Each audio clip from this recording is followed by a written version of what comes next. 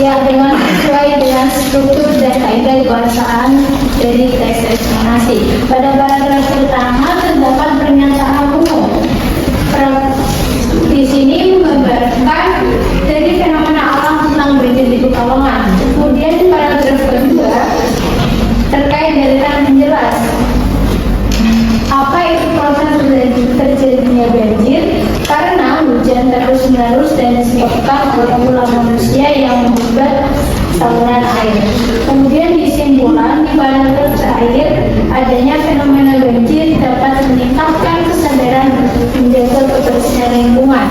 Struktur kebahasaan menggunakan konjungsi kausalitas dan temporal, yakni yang kausalitas menggunakan konjungsi karena akibatnya dan oleh karena itu, yang konjungsi temporal menggunakan saat dan kemudian.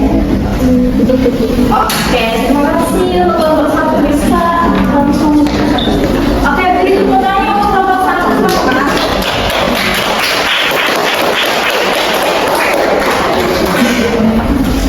Oke.